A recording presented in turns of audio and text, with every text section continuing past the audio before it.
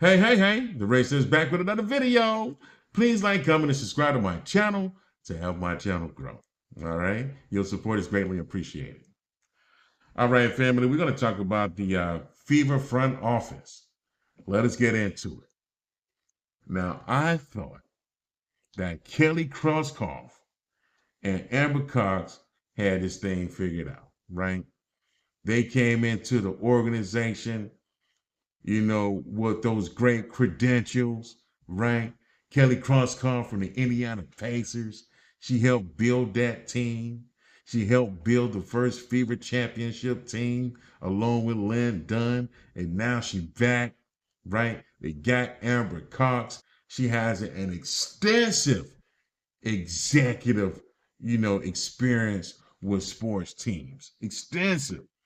So I'm like, man, we got a great team. We good. We good, right? I expected them to come in and show the W how it's done, right? But it looks like things have gone the other way. Now, the signs were there the whole time. They let go Chrissy Signs, right? After she went 20-20, took them to the playoffs, right? Improved their winning record from the year before, and they got swept by the Connecticut Suns, right? Okay, now I'm going to ask you a question, and let's be honest about this. Do you think, and she had one of the youngest teams in the league. We keep forgetting that, right? She had Caitlin Clark, but Caitlin Clark was a rookie, and she had to learn how the W worked, right? And she's still learning, and I'm pretty sure she's not liking it. But that's besides the point. If the Washington Mystics go 500, make the playoffs, right? And then get swept, let's say, by the New York Liberty or the Minnesota Lynx, or even the Atlanta Dream. Let's say if they get swept by the Atlanta Dream, right? Because the Atlanta Dream in third place. Let's say if they get swept by it. Do you think for 1 second that that organization is going to fire their coach after making the playoffs, right? And they see their rookies developing and getting better? Of course not. They're not going to fire their head coach. But this organization fired Chrissy Sides, right?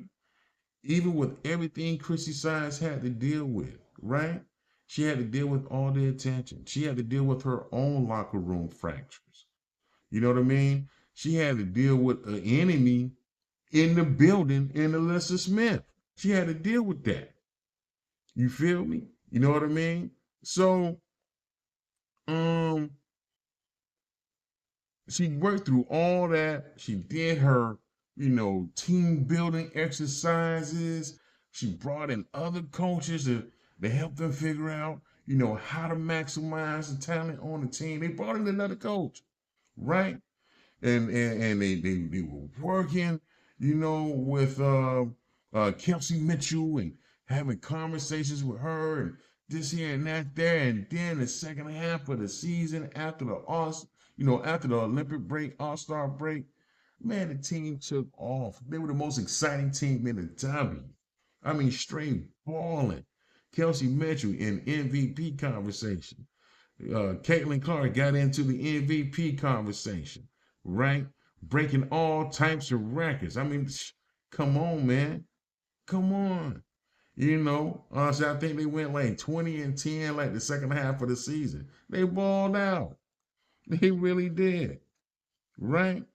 And then they ran into the Connecticut Suns in the playoffs, right? I said, but that team was built to win a championship, right? And speaking of that, that leads me to Stephanie White, who was actually the coach of that team that she took over, right? That team right there, the Connecticut Suns, were already a good team when she took that team over, right? Only thing she did was ride the wave. And, people forget, You know what I mean? And Ock Nation, he reminded everybody that when she was with Vanderbilt, her record was abysmal there. It was horrendous. I think she only won like 13, 14 games or something like that in 5 years. I mean, she might have won a couple more games than that. Maybe she only won 13 games in the SEC. It was some nightmarish number that you wouldn't believe a coach that got the kind of respect Stephanie White has that she would have had, on the college level. But she had it, right? And she quit on her team. I mean, why would you hire a quitter? She quit on her team. I was saying, then, and you picked her up. She quit on her team for personal reasons. You don't think she gonna quit on you for personal reasons? Personal reasons can be anything. It don't have to just be family and this and that. It'd be like I just can't take it no more. This is too hard. I quit, or I can't do this no more. You know what I mean? I need to go to another team. Personal reason can be anything. You know what I mean? So anyway, that was very questionable. Them hiring Stephanie White. I mean, even though we believe that it was a great hire initially, right? We began to see right now um, that she brings her own baggage, and she's very questionable, right? Then you talk about some of these free agent pickups, um, like Dwana Bummer. Oh, I'm sorry, Bonner. Had a Freudian slip there. I didn't mean to call her a bum. They picked up a 40-year-old. Yeah. She she looked like Olive Wool, man. I know some of you don't even know who she is, man. That's a little pop pop thing. I grew up, during the 80s. So, that's me. Um, I mean, crazy. Crazy. They picked up, Olive Wool. You know what I mean? This chick here is nothing but skin and bones. And she 40, right? I mean, how she gonna play with these little young girls? And I always thought that about her. When I first saw her on the court, but then I saw her being able to play and do some things. I'm like, oh, okay, okay. I'm like, all right. She. And, the more I learned about the W and I learned about the Warner Bonner, you know what I mean? I'm like, okay, that's a great pickup, right? Based on what I saw her do last year. But the one thing I did not realize until she came here is that she needed protection. She did. Well, she does. Because without it, she can't do nothing. She need an enforcer. She need AT to protect her on the court. Because if she don't have AT, she just gonna get pushed around just like she did when she was here, right? She need that because when she go to Phoenix, you gonna see a difference, and that's why she talking trash to Fever fans. She talking trash because she already know, when I get back with my baby, I'm gonna be able to ball, and I'm gonna show y'all. Well, no, don't show me. Go back to Connecticut. Show me there. Don't show me when you get with AT. Show me with a team that don't have an enforce. Show me. In fact, go to the Aces, right? Go to Seattle. They're a contender, right? Go somewhere where your lady ain't at. Let's see how that work out for you. Where you gonna have to, probably pretty much have to stand up for yourself if you ain't got nobody on that team that's gonna protect you, right? You need AT, and AT know it. You know what I mean? AT knows she need her. I bet AT's like, baby, you can't do nothing without me. Oh, yeah, I can. I'm a Hall of Famer. Like, all right, you'll see. I'll be here waiting for you, sweetheart. I'll be here waiting on you. You'll be back. I'm not even worried about it because you ain't shit without me. So that's one thing, right? I don't belabor that point. They got Natasha Howard.